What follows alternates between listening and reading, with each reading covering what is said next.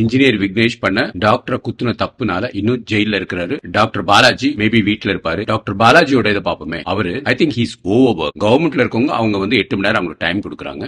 அந்த 8 மணி நேரத்துக்கு அப்புறம் டாக்டர்ஸ் வந்து ஒர்க் பண்றது வந்து தப்பு. இப்ப இருக்கிற யூரோப்பியன் கண்ட்ரீஸ், அமெரிக்கன் கண்ட்ரீஸ் அவங்க எல்லாம் என்ன ஃபாலோ பண்றாங்கன்னா, டாக்டர்ஸ் வந்து 6 hours தான் அவங்களோட ப்ரொடக்டிவிட்டி டைம் கொடுக்குறாங்க. இவருக்குமே அப்படிதான் இருக்கும். கவர்மெண்ட்ல வந்து இவங்களுக்கு வந்து டெய்லி ஓபி எல்லாம் இருக்காது. வாரத்துல ஒரு நாள், வாரத்துல 2 நாள் இருக்கும். பாக்கி இருக்கிறது கீமோ சூப்பர்வைஸ் பண்ணுவாங்க, இல்ல கீமோக்குள்ள அட்வைஸ் கொடுப்பாங்க, இல்ல ஸ்டூடெண்ட்ஸ் டீச்சிங் அந்த மாதிரி இருந்திருக்கும். நம்பர் 2, அது இல்லாம இவர் வந்து காவேரி ஹாஸ்பிட்டல் பல ஹாஸ்பிட்டலுக்கு விசிட் பண்றாரு, இன்க்ளூடிங் இப்ப இருக்கிற இந்த கிண்டி ஹாஸ்பிட்டல் கூட. சோ இவர் வந்து primarily is a government doctor as well as a private doctor. So இப்ப இதுல வந்து நம்ம போன தடவை கேட்டிருந்தோம் யார் யாரெல்லாம் இதுக்கு வந்து என்ன உங்களோட கருத்து என்ன அப்படின்ட்டு. இந்த வீடியோ சேனல் பொறுத்த வரைக்கும் மெஜாரிட்டி ஆஃப் த பீப்புள் வந்து பெண்கள் தான் இருக்கிறாங்க. சோ பெண்கள் வந்து நம்ம சுகப்பிரசவத்துக்காக உள்ள சேனல். இப்போ வந்து அடிவேர் தொப்பை குறைக்கிறதுக்காக நம்ம வந்து பல கருத்துக்கள் போட்டுட்டு இருக்கோம். அதுல இருக்கிற சில பயிற்சிகள் கொடுத்துட்டு இருக்கோம் இல்லையா. இந்த வீடியோ இருக்கிற கருத்துக்கள் என்னென்னு கொஞ்சம் படிச்சு பார்ப்போமே. ஆயிரக்கணக்கில் வந்திருக்கு. நான் ஒரு 10-20 மாத்திரம் எடுத்துப்போம். அதுக்கப்புறம் என்னோட கருத்து என்னங்கிறது தெளிவா சொல்றேன். பிளஸ் இந்த விக்னேஷ்க்கு இப்ப நம்ம இந்த வாரத்துல நம்ம என்ன செய்ய வேணும் அதை தான் நம்ம பார்க்கணும். கட்டாயம் வந்து லாயர் ஏதாவது பிக்ஸ் பண்ணிருப்பாங்க. லாயர்ஸ் மூலமா அவங்கள வெளியில் எடுக்கிறதுக்கு எல்லா வேலைகளும் செஞ்சுட்டு இருப்பாங்க. நம்ம யூடியூப் சேனல்ல இருந்து நம்ம என்ன செய்யலாம், ஆஸ் அ டாக்டர் நான் என்ன செய்யணுங்கிறது உங்ககிட்ட நான் கேட்டுக்கிறேன். சோ முதல்ல வந்து ஃபர்ஸ்ட் எடுத்தோடனே சப்போர்ட் விக்னேஷ் கொடுத்திருக்காங்க. அவர் செய்த செயலில் தவறு இல்லை என்று நினைக்கிறேன். சார் நீங்க கரெக்டா தான் சொன்னீங்க. சில ஜிஹெச் ஹாஸ்பிட்டல்ல நடந்துக்கிற ட்ரீட்மெண்ட் மோசமா இருக்கு sir. My vote is for Vignesh. நீங்க சொன்னா சரிதான் சார் அப்படி யாரோ கொடுத்திருக்காங்க. சப்போர்ட் விக்னேஷ். கண்டிப்பா விக்னேஷ விடுதலை செய்யுங்க பிளீஸ். டாக்டர்கள் வசதி மற்றும் பணம் வந்தவுடன் ஏழைகளை அலட்சியம் நடத்துவதுதான் இங்க கோபத்திற்கு காரணம். சப்போர்ட் விக்னேஷ். விக்னேஷ் சப்போர்ட் பண்ணுங்கள். மன்னிப்பு வழங்க வேண்டும் சார். I support Vignesh. இந்த மாதிரி விக்னேஷ்க்கு நிறைய சப்போர்ட் இருக்கு. அரசு டாக்டர்கள் மிகவும் திமிரு பிடித்தவர்கள் தான். இருந்தாலும் அதை தான் அப்படியே ஒரு 2-3 டாட்ஸ் வச்சிருக்காரு. நம்மளே புரிஞ்சுக்க சொல்லியிருக்கிறாரு. அதே மாதிரி டாக்டருக்கு நல்ல பாடம் எடுக்கணும். டாக்டருக்கு என்ன பாடம் எடுக்கணும்னா எப்படி வந்து பேஷண்ட்ஸ் கவுன்சிலிங் பண்றது, பேசுறது. பாலாஜி பத்தி எனக்கு தெரியாது. ஆனா பொதுவா இவங்க வந்து எம்பிபிஎஸ் முடிச்சோன்னு நல்லா படிச்சவங்க பேஷண்ட்ஸ் நிறைய பார்க்காம அடுத்து அப்படியே வந்து எம்டி எம்எஸ் உட்காந்து நீட் பிஜின்னு படிச்சிடறாங்க. அதுக்கப்புறம் வந்து மேக்ஸிமம் வேலை இருக்காது. அந்த டீச்சிங்ல வந்து வார்டுல வேலை இருக்கும், அந்த வேலைகள் தான் பாக்குறாங்க. அதுக்கப்புறம் எம்சிஹெச் படிக்கிறாங்க. சோ ஆட்டோமேட்டிக்கா ஒரு 10-13 வருஷம் வந்து அவங்க வந்து வெளி உலகம் தெரியாத அந்த ஆஸ்பத்திரிக்குள்ள வர பேஷண்ட்ஸ் அந்த உலகம் தான் அவங்களுக்கு தெரியுது. சோ அதனால அவங்களுக்கு பேசிக்கா மக்கள் பொதுமக்கள்கிட்ட நடந்துக்கிற விதம் தெரிய மாட்டேது. தினம் 10 மணி நேரம் 12 மணி நேரம் வேலை பாக்குறாங்க, ஓய்வே இருக்கிறது இல்ல. மக்கள்கிட்ட வந்து அவங்களுக்கு நல்ல ஒரு சப்போர்ட் இருக்கு. ஏன்னா டாக்டர் எப்பயுமே வந்தாலும் எப்ப வந்தாலும் இருக்கிறாரு அப்படின்னு சொல்லிட்டு இருக்காங்க. ஆனா மொதல் 10 வருஷம் வந்து அந்த டாக்டர் வந்து எம்சிஹெச் படிச்சிருக்கேன், இல்ல நான் எம்எஸ் படிச்சிருக்கேன், நான் பெரிய டாக்டர் அப்படிங்கிற ஒரு உலகத்துல வந்து அவர் வந்து அவரை மறந்துடுறாரு. குடும்பத்தையும் நிறைய பேர் மறந்துடுறாங்க, உடல் ஆரோக்கியத்தையும் மறந்துடுறாங்க. சோ இதனால அவங்களோட மென்டல் ஸ்ட்ரெஸ் நிறைய இருக்கு. சோ அவங்க சொல்றது எல்லாமே வந்து பிரைவேட் பேஷண்ட்டை வந்து 15 நிமிஷம் சொல்லுவாங்க. ஏன்னா அவங்களோட கன்சல்டேஷன் ஃபீ ஜாஸ்தி இருக்கும். அதே மாதிரி அதே கன்சல்டேஷன் ஃபீ வந்து அப்படியே கூடிட்டு இருக்க போறது கிடையாது.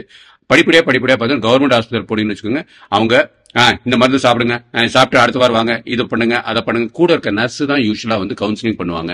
பட் நர்ஸும் வந்து அவங்களோட வேலைகள் அதிகமா இருக்கு. சோ என்னோட கருத்து இந்த இதுல என்ன இருக்குன்னா, பெண் வாலண்டியர்ஸ் உருவாக்கணும். எல்லா அரசு மருத்துவமனைனாலும் பிரைவேட் மருத்துவமனாலும் நிறைய விதவைகள் இருக்கிறாங்க, என்ஜிஓவா இருக்கிறாங்க. சோ பெண்களுக்குள்ள ஒரு ஆஸ்பத்திரியை பயன்படுத்தும் வாலண்டியர்ஸ், விமன் வாலண்டியர்ஸ் நிறைய பேர் உருவாக்கணும். அவங்க எல்லா பேஷண்ட்ஸ்குள்ள அந்த ஃபைல் எடுத்துட்டு போய் கொடுக்கறது எல்லா ஒரு சப்போர்ட் ஸ்டாஃபா இருக்கணும். மெயினா பேஷண்ட்ஸ்க்கு, not for the doctors and nurses. Doctors nurses பண்றதுக்கு அதுக்கு நிறைய இருக்கும். அது வந்து அவங்களுக்கு சம்பளம் கொடுக்கணும். நம்ம வாலண்டியர் சொல்றது வந்து யாரோ முதியோர் வந்திருப்பாங்க, இல்லாட்ட லீவ் போட்டிருக்க முடியாது சில பெண்களுக்கு, சில ஆண்களுக்கு. சோ அந்த மாதிரி சமயத்துல ஆஸ்பத்திரியில இருக்கிற அந்த வாலண்டியர்ஸ் குரூப்பை நம்ம இம்ப்ரூவ் பண்ணணும்னு வச்சுக்கோங்க. அது கட்டாயம் நல்லபடியா உருவாகும். அம்மா உணவகம் முதல்ல எப்படி ஆரம்பிச்சிச்சு, மேக்சிமம் வந்து சுய உதவி குழுவில் இருக்கிற பெண்களுக்கு ஒரு சப்போர்ட்டா இருக்கிற மாதிரி தான் ஆரம்பிச்சிச்சு இல்லையா.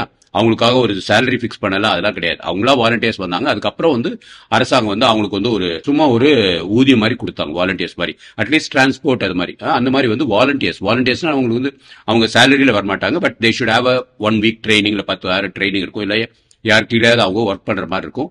ஒன்லி அவங்க வந்து கவுன்சிலிங் மாத்திரம் பண்ணணும். என்ன டாக்டர் சொன்னாரோ அதை வந்து அவங்ககிட்ட சொல்ற மாதிரி இருக்கும். அது ஒரு இது நான் சொல்லணும்னு நினைச்சிருந்தேன். Then let us go to இது.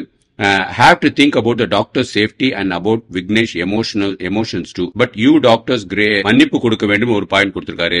மற்றும் மருத்துவர்கள் மருத்துவமனையில் 24 மணி நேரம் உறுதிப்படுத்த வேண்டும், இதுவும் கட்டாயமாக்க வேண்டும். அதாவது டாக்டர்ஸ் வந்து நிறைய இன்க்ரீஸ் பண்ணுங்கிறாரு. என்னோட கருத்து வந்து தமிழ்நாட்டில் ஆக்சுவலா டாக்டர்ஸ் வந்து 1000க்கு புள்ளி விவரம் படி பார்த்தா நம்ம வந்து 3 இல்ல 4 டாக்டர்ஸ் இருக்கணும் கணக்கு.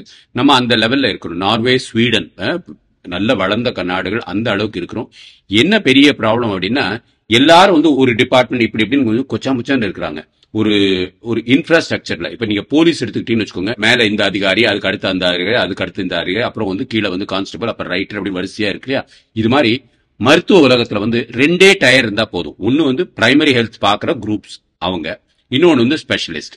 இந்த பிரைமரி ஹெல்த் டாக்டர்ஸ் வந்து இவங்க ரெஃபர் பண்ணாதான் ஸ்பெஷலிஸ்ட் பார்க்கணும் அப்படிங்கிற மாதிரி வரும். சோ அப்ப ஆட்டோமேட்டிக்கா இந்த கன்சல்டன்ஸ், இந்த ஸ்பெஷலிஸ்ட் இருக்காங்க இல்லையா, அதாவது கன்சல்டன்ஸ், அவங்க வந்து இந்த பிரைமரி ஹெல்த் டாக்டருக்கு ஒரு லெட்டர் எழுதுற மாதிரி இருக்கும். இந்த பேஷண்ட் நான் பார்த்துட்டேன், இவங்களுக்கு இந்த ட்ரீட்மெண்ட் கொடுத்துருக்கோம், இதோட சைடு எஃபெக்ட்ஸ், இதை போய் நீங்க வந்து ஃபாலோ பண்ணுங்கன்னு. சோ 2 லெவல் ஆஃப் டாக்டர்ஸ் இருக்கும்போது ஆட்டோமேட்டிக்கா இந்த பிரைமரி ஹெல்த் பீப்புள், உங்க ஃபேமிலி டாக்டர்ஸ் வச்சுக்கோங்களேன், அது வந்து எல்லாரும் கட்டாயம், எப்படி எல்லாருக்கும் ஒரு ஆதார் கார்டு இருக்கோ, எல்லாரும் வந்து அங்க பக்கத்துல இருக்க எம்பிபிஎஸ் முடிச்சவங்க இல்ல ஆயுர்வேத டாக்டர் முடிச்சவங்க, ஏதோ ஒரு ஃபேமிலி டாக்டர்ஸ் அவங்க கூட அட்டாச் ஆயிருக்கணும். அவங்களுக்கு இவங்க இன்ஸ்ட்ரக்ஷன்ஸ் கொடுக்குற மாதிரி இருக்கும். ஸோ ஆட்டோமேட்டிக்கா வந்து இந்த 2 டயர் சிஸ்டம் இருக்குன்னு வச்சுக்கோங்க.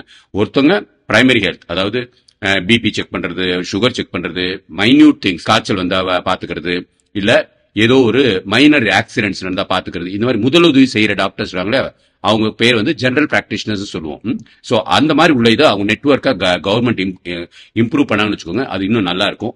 அதுக்கு மேல ஸ்பெஷலிஸ்ட். சோ இந்த ஸ்பெஷலிஸ்ட் வந்து எல்லாரும் வந்து அந்த பேஷண்ட்ஸோட டீடைல்ஸை கம்ப்ளீட்டா இவங்களுக்கு அனுப்பணுங்கிறது இருக்கும்.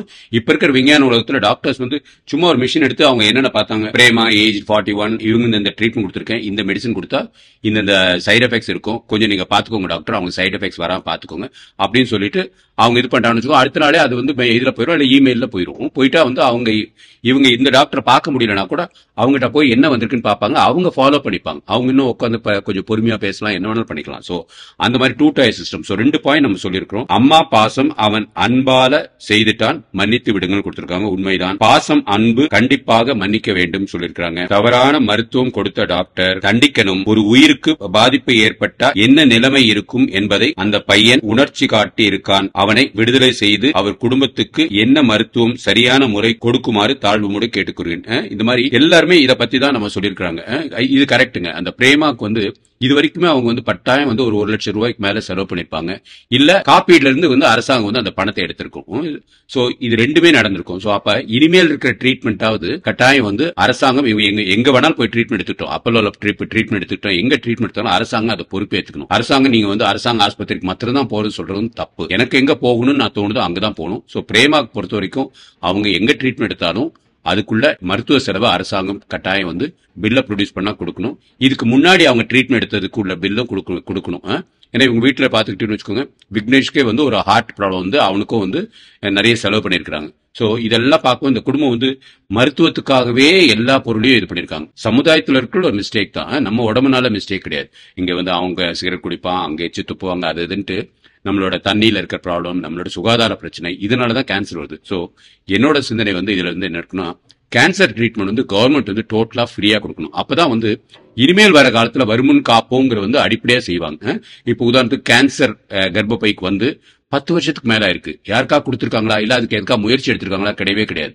வெறும் இந்த சிகரெட் ஸ்மோக்கிங் மாத்திரம் எல்லா சினிமாவிலும் வந்து புகைப்பிடிப்பது உடம்புக்கு கெடுதல் அப்படின்னு வந்து ஒரு இதை போட்டு ஒரு பயன்படுத்தி இது பண்ணுவாங்க. பட் அதெல்லாம் வந்து எவ்வளவு தூரத்துக்கு வந்து நன்மை இருக்குன்னு நமக்கு தெரியல. பட் ஸ்டில் கேன்சர் பொறுத்த வரைக்கும் நம்ம கட்டாயம் வந்து அரசாங்கம் தான் அது ஃபுல் ட்ரீட்மெண்ட் கொடுக்கணும். அப்பதான் வந்து முன்னாடியே வந்து கண்டறியறதுக்குள்ள வேலைகளை அவங்க செய்வாங்க. இப்ப இருக்கிறது என்ன இருக்கு, இப்ப வந்து it is another private hospital. அங்க வந்து கலைஞர் காப்பீடு, ஆயுஷ்மான் பாரத் 2 இன்சூரன்ஸ் வச்சிருக்காங்க. இந்த 2 இன்சூரன்ஸ்ல இருக்கிற பணத்தை தான் இது பண்ணிருக்காங்க. இந்த 2 இன்சூரன்ஸ்க்கு அடிப்படை இல்லன்னு வச்சுக்கோங்க, ஆட்டோமேட்டிக்கா அவங்க வந்து நீ 600 ரூபாய்க்கு ஸ்கேன் எடுத்துட்டு வா, இதை பண்ணிட்டு வா, அதை பண்ணிட்டு வான்னு பைசா தான் வாங்குறாங்க இல்லையா? சோ கவர்மெண்ட் ஆஸ்பத்திரியும் it is another semi private hospital. So அவங்களும் வந்து நுகர்வோர் சட்டத்துக்குள்ள வரணும். அவங்களையும் வந்து இப்படி பிரைவேட் ஹாஸ்பிட்டல் இருக்கிற நாங்கெல்லாம் வந்து கன்சியூமர் கோர்ட்டுக்குள்ள நாங்க வந்து we are ரெஸ்பான்சிபிள். எங்க இதுல ஏதாவது மிஸ்டேக்னா கன்சியூமர் கோர்ட்ல போடுறாங்க. சோ அதே மாதிரி கவர்மெண்ட் டாக்டர்ஸையும் வந்து அவங்களும் இப்போ வந்து they are not doing service, they are doing only பணம் வந்து ஏதோ ஒரு இன்சூரன்ஸ் கம்பெனில இருந்து வருது.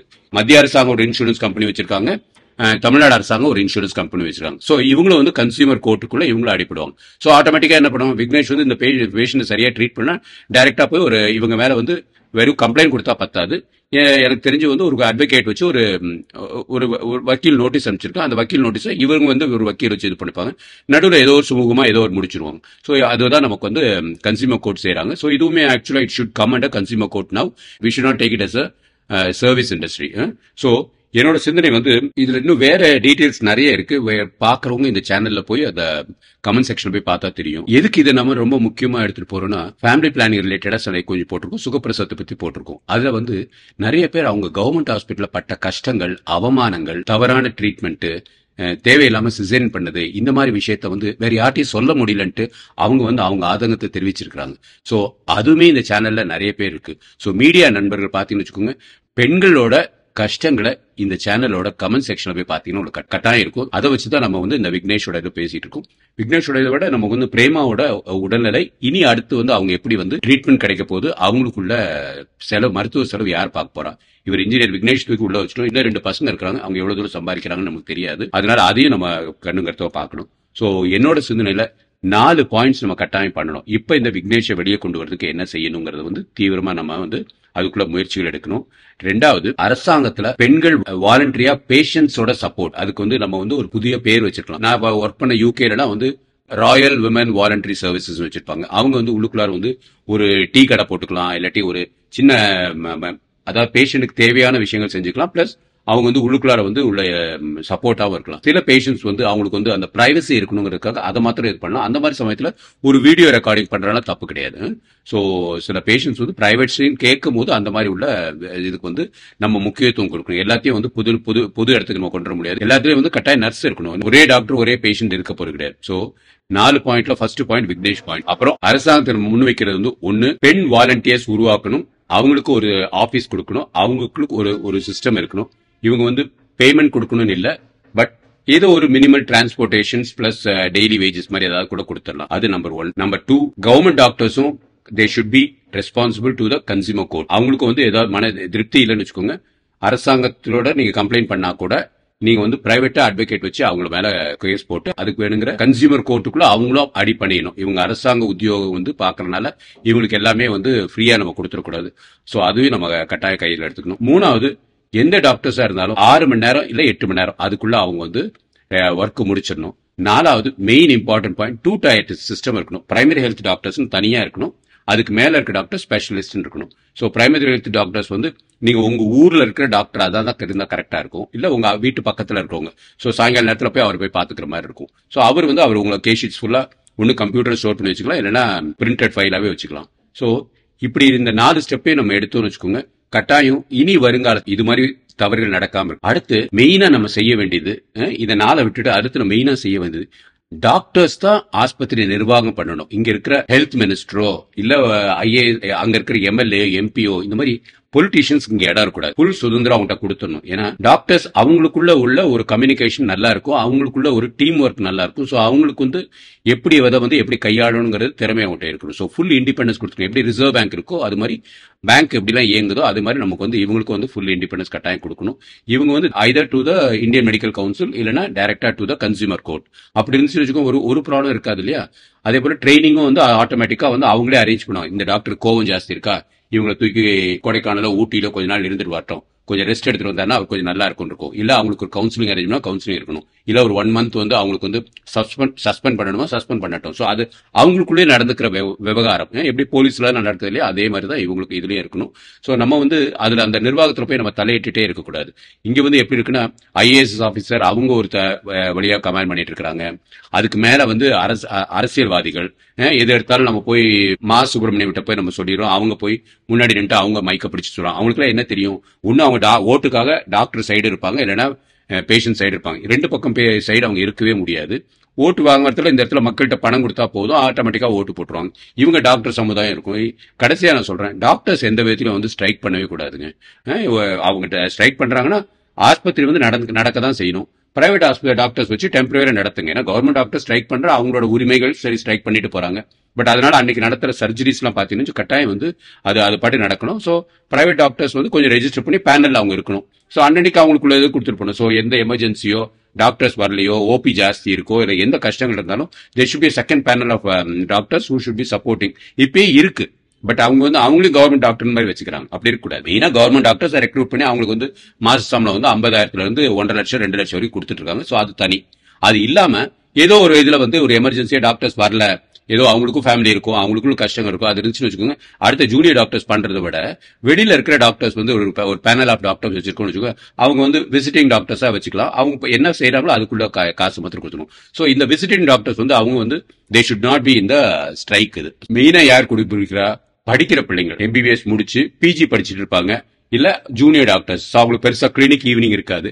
பட் உண்மையான பெரிய டாக்டர்ஸ் எல்லாம் இருக்கும், அவங்க எல்லாம் ஈவினிங் வந்து வேற வேற 4 ஆஸ்பத்திரியில இருப்பாங்க. சோ அவங்க லீவ் அங்க எடுக்கிறாங்களா இல்ல ஒன்லி அரசாங்கத்துல மாத்திரம் லீவ் எடுத்துப்பாங்க. சோ அதனால நான் என்ன சொல்ல வரேன் அப்படின்னா, இந்த விக்னேஷை வெளியில எடுத்து வருவதற்குள்ள முயற்சியை ஃபுல்லா நம்ம எடுப்போம். நம்ம அடுத்த ஸ்டெப்பா வந்து அரசாங்க ஆஸ்பத்திரியோட பயனாளிகள் இருக்காங்க இல்லையா, அவங்களுக்கு எப்படி நம்ம ஒரு சங்கம் உருவாக்கலாம், இல்ல அவங்களோட வாய்ஸ் எப்படி வந்து கேட்கணுங்கிறதுக்குள்ள குரூப் நம்ம உண்டாக்கணும். ஒவ்வொரு ஆஸ்பத்திரிக்கு அது மாதிரி இருந்தா பெட்டரா இருக்கும். இதை வந்து நம்ம வந்து அடுத்த வீடியோல இன்னும் நெக்ஸ்ட் ஸ்டெப்பா என்ன எடுக்கலாம்னு பார்ப்போம். சோ மெயினா அரசாங்கம் தான் அவங்களோட கட்டமைப்பை கொஞ்சம் மாற்ற வேண்டியது இருக்கும். நம்ம ஆஸ் எ நுகர்வோர் நம்ம என்ன பண்ணணுங்கிறத அடுத்த ஸ்டெப்பா நம்ம பார்ப்போம்.